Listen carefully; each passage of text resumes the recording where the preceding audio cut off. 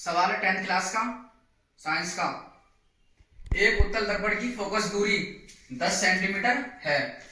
एक वस्तु इसकी मुख्य अक्ष पर दर्पण से 20 सेंटीमीटर की दूरी पर रखी जाती है। वस्तु के प्रतिबिंब की स्थिति ज्ञात कीजिए। यहां पर वस्तु की फोकस दूरी कितनी दे रखी है? 10 सेंटीमीटर। तो सबसे पहले क्या करते हैं, जब हम हल करेंगे तो सवाल को सबसे पहले देखते हैं सवाल में दिया हुआ क्या क्या है। तो इसमें दे रखा उत्तल दर्पण की फोकस दूरी 10 सेंटीमीटर है। मतलब दर्पण की जो फोकस दूरी है वो कितनी है? दर्पण की फोकस दूरी, दर्पण की फोकस दूरी, दर्पण की फोकस दूरी के लिए क्या बनाते हैं? एफ, और एफ बराबर कितनी दे रखी है? 10 सेंटीमीटर दे रखी है। दर्पण किस प्रकार का दे रखा है? यहाँ पर उत्तल दर्पण है, तो उत्तल दर्पण की जो फोकस दूरी होती है वो क्या आती है? प्लस क्या आती है, क्योंकि उत्तल दर्पण में जो फोकस होता है वो पीछे की ओर होता है, इसलिए इसकी दूरी क्या आएगी? प्लस की आएगी। इसके बाद दे रखा है एक वस्तु इसकी मुख्य अक्ष पर ध्रुव से 20 सेंटीमीटर की दूरी पर रखी जाती है। तो वस्तु की जो दूरी है दर्पण से वो कितनी दे रखी है? 20 सेंटीमीटर। लेते हैं दर्पण से वस्तु, वस्तु को बिंब भी बोलते हैं। दर्पण से वस्तु की दूरी, दर्पण से वस्तु की दूरी, दूरी निकल आते हैं u, और u बराबर कितनी दे रखी है? 20 सेंटीमीटर दे रखी है। कितनी दे रखी है? 20 सेंटीमीटर दे रखी है। कहां रखी है? जो उत्तल दर्पण है उसकी मुख्य अक्ष के सामने रखी हुई है। प्रतिबिंब की दूरी और इसकी स्थिति बतानी है।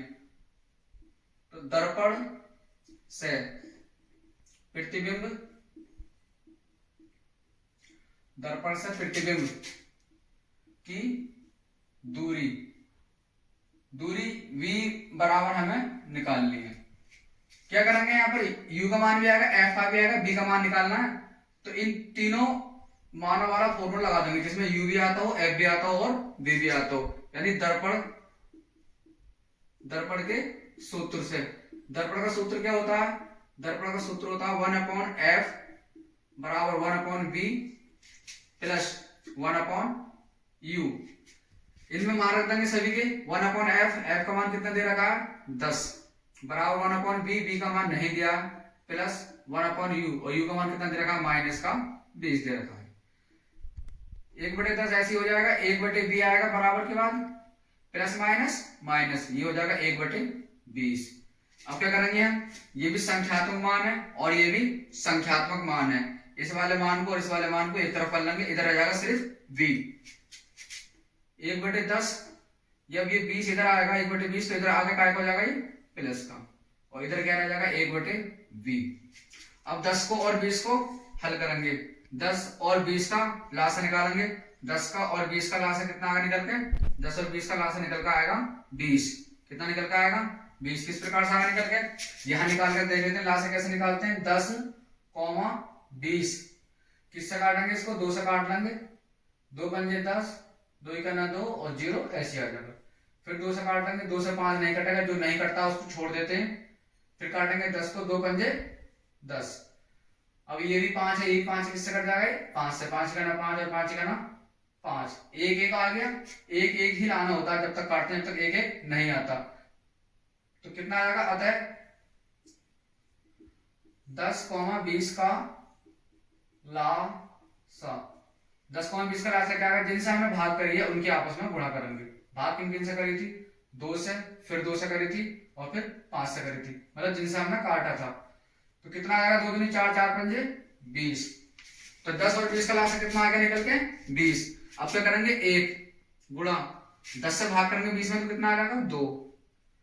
साइन का आएगा प्लस का, तो प्लस का लगा लेंगे, प्लस 1 लिख दिया, गुणा अब 20 से इसमें भाग करेंगे, 20 को 20 से भाग करते हैं तो कितना था? 1, और बराबर आ जाएगा 1/20।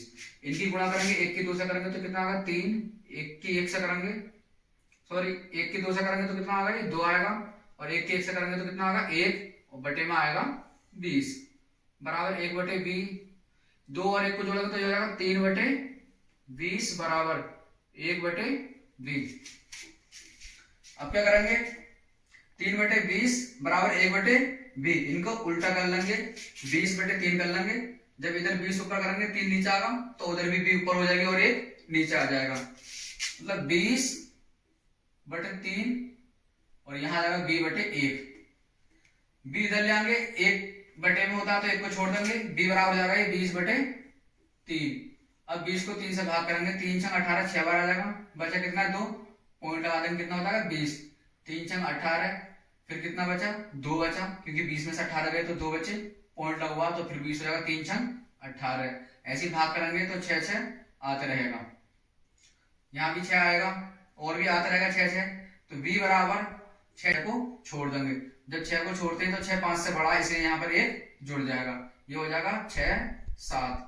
2 अंकों तक ले लिया पॉइंट में हमने, ये मान क्या निकल रहा होगा सेंटीमीटर में, क्योंकि यहाँ पर फोकस दूरी सेंटीमीटर में दी हुई।